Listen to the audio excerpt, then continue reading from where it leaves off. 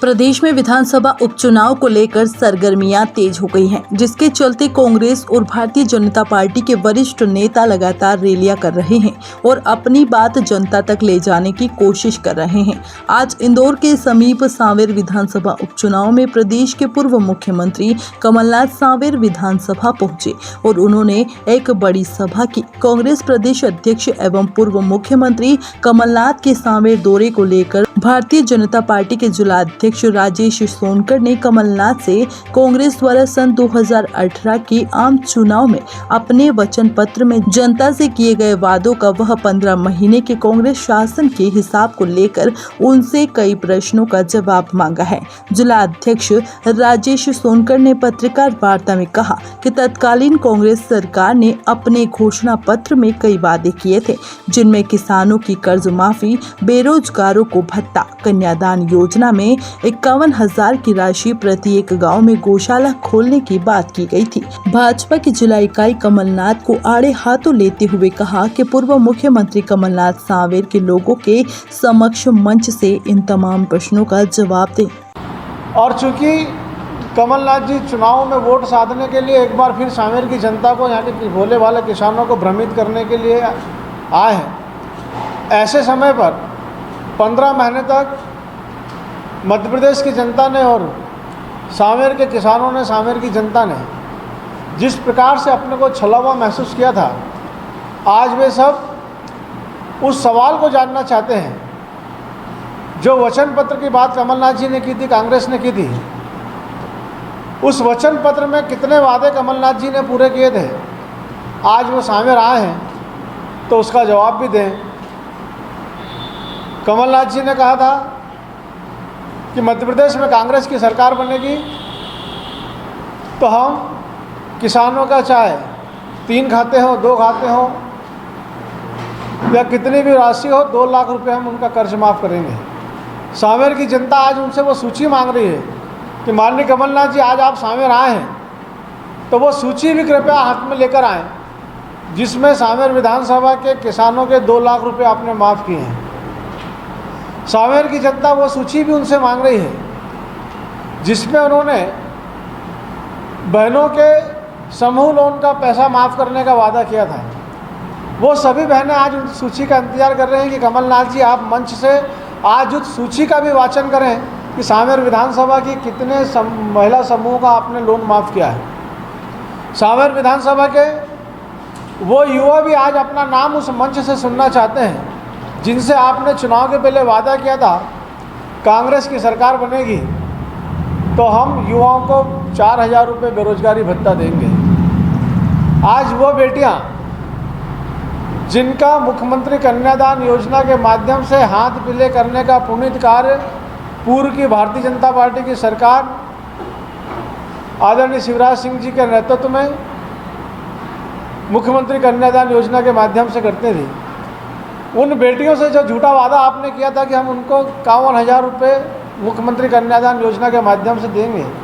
वो बेटियां भी आज उनका इंतजार कर रही हैं कि सांवेर विधानसभा की कितनी बेटियों को आपने 51,000 रुपये मुख्यमंत्री कन्यादान योजना के माध्यम से दिए। वो बुजुर्ग भी जिन्हें तीर्थ दर्शन योजना पर भेजने का काम माननीय शिवराज सिंह जी करते थे,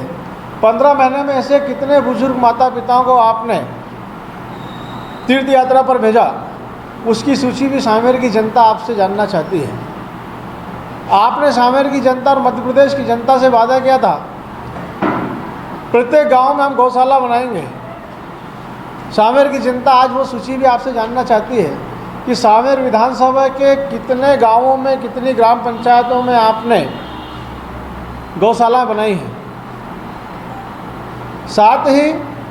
सांवेर के विकास की भी एक सूची कमलनाथ जी अगर लेके आए तो मैं समझता हूँ बहुत प्रसन्नता होगी। जिस समय 2013 से 2018 तक विधायक के रूप में मैंने सांवेर क्षेत्र की जनता के से आशीर्वाद लेकर उस क्षेत्र के विकास की जवाबदारी अपने हाथ में ली थी, तब 5 वर्षों में हमने 124 नई सड़कें, पुल और पुलिया स्वीकृत करवाए थे। हम अगर उसको रेशो में देखें तो 1 वर्ष में करीब 25 सड़कें, पुल और पुलियाएँ प्रतिवर्ष हम स्वीकृत भी करवाया था और हमने उनको बनवाया भी, जिसमें से काफ़ी कुछ बन के भी तैयार हो गई, काफ़ी कुछ का काम बहुत तेज़ी से चल रहा है और जिसका लोकार्पण भी बाद की सरकारों में हुआ है। हम पूछना चाहते हैं कि एक साल में हम 25 सड़कें, पुल और पुलियाँ स्वीकृत करवा के लाते थे। आपने 15 महीने 16 महीने आपकी सरकार रही, एक भी सड़क अगर सांवेर विधानसभा में नहीं आपने स्वीकृत की हो, एक भी पुल या पुलिया आपने सांवेर विधानसभा को अगर सौगात के रूप में दिया हो, तो कृपया आज अपने मंच से आप उसकी भी घोषणा कर रहे हैं। ये आज हम सब सांवेर की जनता की ओर से माननीय कमलनाथ जी से पूछना चाहते हैं। और दूसरा दुख की बात कि कांग्रेस ने 22 साल बाद जो प्रत्याशी मैदान में उतारा है, उनकी विकृत जो सोच है, प्रत्याशी बनते से ही बहुत अच्छा होता, वो सांवेर के विकास की बात करते हैं, वो सांवेर की समृद्धि की बात करते हैं, लेकिन उन्होंने अपनी हिटलर सोच, जो अपनी खुशी के लिए समाज में विनाश फैलाने जैसी बात करने से भी बाज नहीं आते हैं। प्रेमचंद गुड्डू जी ने कल कहा कि सांवेर में जो कलश यात्रा माताएं निकाल रही, बहनें निकाल रही, उन सबका श्राद्ध होगा। मुझे बहुत दुख के साथ बोलना पड़ रहा है कि एक तरफ कांग्रेस के लोग, वो बच्चे, वो बुजुर्ग, महिलाएं, माता और बहनों के श्राद्ध करने की बात करने की, गांव-गांव श्राद्ध हो, मतलब वो चाहते हैं कि सांवेर की जनता का जीने का अधिकार भी उनसे छीन लिया जाए। भारतीय जनता पार्टी शिवराज सिंह जी के नेतृत्व में, तुलसीराम सिलावट जी के नेतृत्व में माँ नर्मदा और क्षिप्रा को गांव-गांव तक लाने की बात काम कर रही है।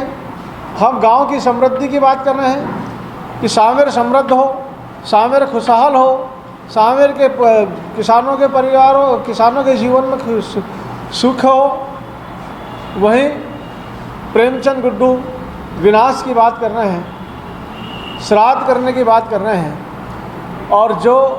उन्होंने कामना की है कि सांवेर में श्राद्ध होगा, मैं समझता हूँ सांवेर की जनता उन्हें कभी भी माफ़ नहीं करेगी। आने वाले चुनाव में प्रेमचंद गुड्डू जी को इस बात का जवाब देना होगा। भारतीय जनता पार्टी ने पूर्व के 15 वर्ष के कार्यकाल में भी और वर्तमान के 5 महीने में भी विकास को जो गति दी है, निश्चित रूप से सांवेर विधानसभा को समृद्ध विधानसभा बनाने के लिए, समृद्ध सांवेर बनाने के लिए हम सब कटिबद्ध हैं। भारतीय जनता पार्टी की सरकार में माननीय शिवराज सिंह जी के नेतृत्व में बचे हुए विकास कार्यों का हम पूरा करेंगे। और मैं पुनः आपके माध्यम से कमलनाथ जी से ये सवाल जानना चाहता हूँ कि जो सूची सांवेर की जनता जानना चाहती है, उसका आज वो मंच से अगर जिक्र करेंगे, मंच से अगर उसका वाचन करेंगे, उसकी घोषणा करेंगे, तो हमें बहुत खुशी होगी।